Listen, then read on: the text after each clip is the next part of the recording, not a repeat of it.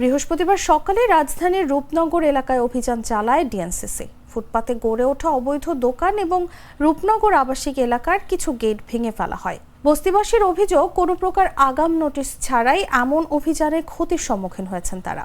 বিস্তারিত রাকিব হাসানের রিপোর্টে।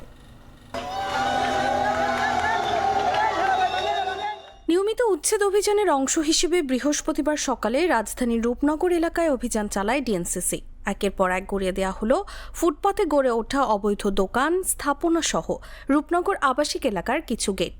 সব ভাইয়া ফেলান, কারণ আমরা গরিব মানুষ, আমরা কাজ করবো করে খাবো।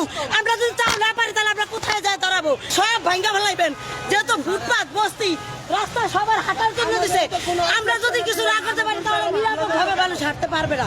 ওই গেট ভাঙেন, আমাদের দোকান ভাঙছেন, দুঃখ নাই।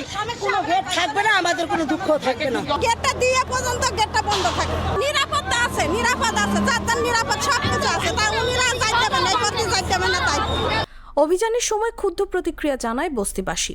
তাদের অভিযোগ, কোনো প্রকার আগাম নোটিশ ছাড়াই এমন অভিযানে ক্ষতির সম্মুখীন হয়েছেন তারা। গরিব মানুষ আমরা রোডে গেলে দোকানগিরি করে খাই, আমাদের তো টাইম দিব, আমরা এগুলো সরানোর সুযোগ আমাদের আমরা সব এতিম। সরকার কি শুরু করছে? কেন হচ্ছে? আমরা বিচার চাই, বিচার চাই।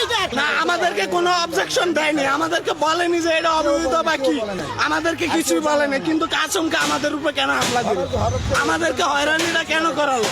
তবে রূপনগর আবাসিক এলাকার বাসিন্দারা বলছেন ভিন্ন কথা। তাদের দাবি, পাশের বস্তিবাসী নানা রকম চুরি, ছিনতাই ও মাদকের আখড়া হিসেবে ব্যবহার করেন আবাসিক এলাকার বিভিন্ন সড়ক। তাই নিরাপত্তার জন্যই রাস্তার প্রবেশ মুখে গেট নির্মাণ করা হয়েছে।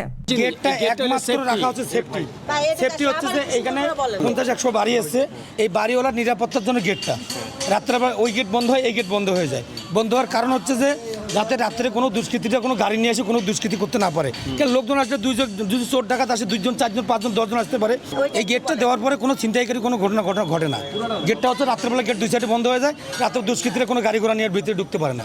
অভিযান শেষে নির্বাহী কর্মকর্তা মোহাম্মদ জিয়াউর রহমান বলেন, বাসিন্দাদের নিরাপত্তার বিষয়টি পুলিশের বিষয়। সাধারণ জনগণ যাতে নির্বিঘ্নে চলাচল করতে পারে এবং রাতের বেলাও যেন একজন রোগীর বের না হতে কোনো অসুবিধা না হয় এবং ইমার্জেন্সি কেউ যদি বের হতে চায় তার জন্য যদি কোনো অসুবিধা না হয়, নির্বিঘ্নে চলাচল করার জন্য আমাদের এই উচ্ছেদ অভিযান।